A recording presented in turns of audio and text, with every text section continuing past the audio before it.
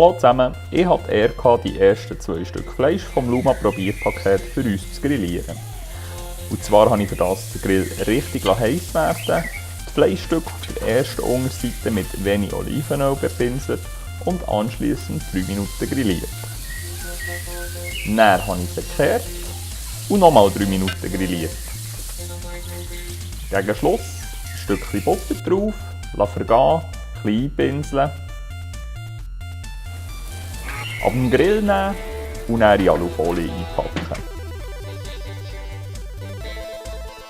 Jetzt bei 120 Grad so lange im Backofen lassen, bis das Grillthermometer rund 50 Grad Kerntemperatur anzeigt. Dann sind die Fleisch kurz vor Medium Rare. So, jetzt ist das Fleisch vom Grill gekommen und wir waren wirklich sehr, sehr brav gewesen. Wir haben es einen Tag und eine Nacht im Kühlschrank auftauen und etwa 2 oder 3 Stunden vorher aus dem Kühlschrank genommen, dass es schön Raumtemperatur annehmen kann. Und ich persönlich stehe nicht so fest auf Shishi, also nicht so gerne, wenn es mega viel Sauce am Fleisch hat oder irgendwie weiss nicht was alles. Es ist wirklich pur und ich will Salz drauf. Ich tue ein bisschen Salz drauf zum Probieren. So, peruanisches Salz, wohlgemerkt. Dann haben wir jetzt eigentlich das Entrecot und Ribeye, genau. Also.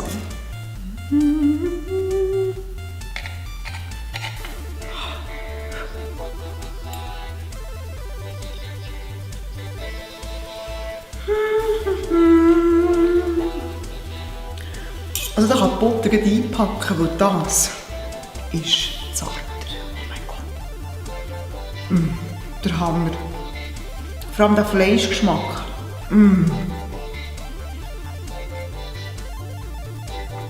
Das ist wirklich Rind. Das ist jetzt einfach Rind. Nicht irgendwelche komischen Gugus, sondern das ist einfach wirklich Rindgeschmack. Das ist wirklich das ist der Wahnsinn.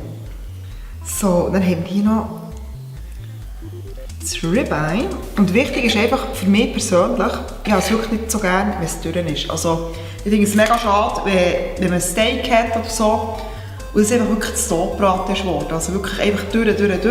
Ich weiss, es gibt Leute, die haben das mega gerne. Also meine Großmutter zum Beispiel ist so eine. Aber ich habe es echt gerne. Also ich bestelle es meistens bleu. In einem Restaurant oder so. Hier ist es nicht. Hier ist es. Ja, es könnte noch bleu sein. So, jetzt noch das.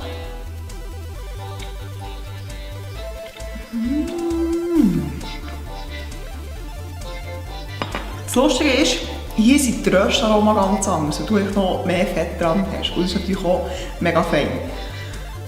Also ich muss wirklich sagen, ein Traum für jeden Fleischliebhaber. Also es ist wirklich, ja, ich weiss, es kostet etwas und so weiter und so fort, aber es ist wirklich das Geld wert.